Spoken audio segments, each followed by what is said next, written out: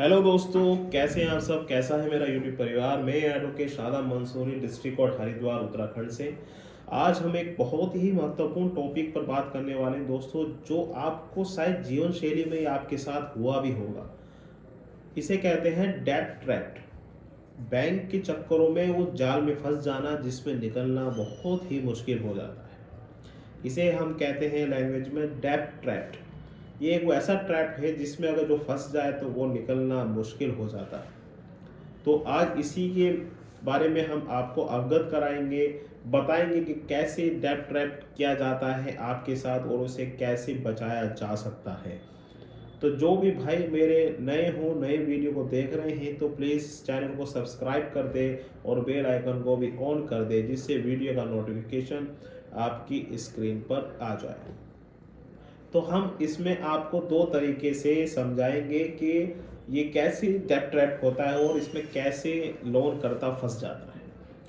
आप समझिएगा कि दो भाई हैं, ए और बी।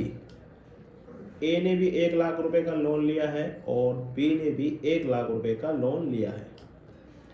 अब एक जो ए था जिसका 1 लाख रुपए का लोन था, उसके पास उसने ईएमआई को ड्यूज करा तो उस पर कॉल्स आने स्टार्ट हो गए। ए ने क्या करा, ए ने कॉल्स उठाना बंद कर दिया और बी जो था जिस पे लोन था उस पे भी कॉल आने स्टार्ट हो गई, मगर उसने कॉल उठाना स्टार्ट कर दिया। अब उसने बैंक से बात करी, वो बैंक से करता रहा, उसने कहीं से दूसरा लोन लिया बी ने और उसे देता रहा। देखा तो 3 महीने बाद जो उसका 1 लाख रुपए का लोन था, अब वो 3 लोन के साथ उसे 1.5 लाख रुपए का हो गया है। और वही जो ए था जिसपे 1 लाख रुपए का लोन था, तो वो भी 3 महीने के बाद 1 लाख रुपए ही है। तो क्या हुआ कि उसने जो बी था उसने लोन चुकाने चक्कर में दूसरा लोन लिया और वो 3 महीने बाद उस पर सारे लोन मिलाकर 1.5 लाख रुपए हो गया है। और वही जो ए था उसने जो इग्नोर करा, कोई लोन किसी का उधार नहीं मांगा और वो वहीं के वहीं 1 लाख रुपए पे टिका हुआ है। चलो अब इसमें एक 20,000 रुपये पेनल्टी जोड़ लेता हूँ ए पे, तो 1,20,000 हो जाता है। और उसमें भी अगर पेनल्टी जोड़ लें तो वो 1,70,000 हो गया है।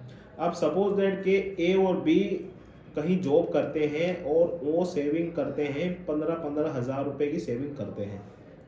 तो अब 15-15 हज़ार रुपए की जो सेविंग करते हैं, तो अगर ए 3 महीने में 15,000 की सेविंग करता है तो 50 के अराउंड में आसपास आ जाता है। और अगर बी अपनी पता करता है तो वो भी 50,000 के अमाउंट में आता है। तो ए तो अपने आसानी से अपना लोन सेटलमेंट कर सकता है 50,000 रुपये, क्योंकि उसका जो टोटल ड्यू है वो 1,20,000 रुपये था, वो भी 20,000 पेनल्टी पे। तो 1 लाख रहता है, 1 लाख के 50,000 का आराम से हो जाता है। वहीं 1,70,000 रुपये का वो आसानी से नहीं होता है, इसलिए वो उसको चुकाने के चक्कर में वो और लोन लेगा और वो ऐसे ही डेट ट्रैप में फंस जाता है, उस जाल में फंस जाता है और उसी दलदल में वो खसता चला जाता है, घसीटता चला जाता है, घसीटता चला जाता है। तो दोस्तों, मैं आपसे यही कहना चाहूँगा कि अगर आपके पास पैसे हैं तो दे दे, अगर नहीं है तो मत दीजिए, मत लोन लीजिए दूसरा। अगर आप इतना लोन लेंगे दूसरा उतारने के चक्कर में तो आप एक की जगह 5 लोन के देनदार हो जाओगे और ऐसी दलदल में फंस जाओगे कि आप कुछ गलत करना ना हो। बस मैं आपसे यही निवेदन करना चाहूँगा कि अगर आप ऐसी दलदल में फंसे हुए हैं तो कोई भी गलत कदम ना उठाएं। हम लोग बैठे हैं इसको निकालने के लिए, कैसे निकला जाए।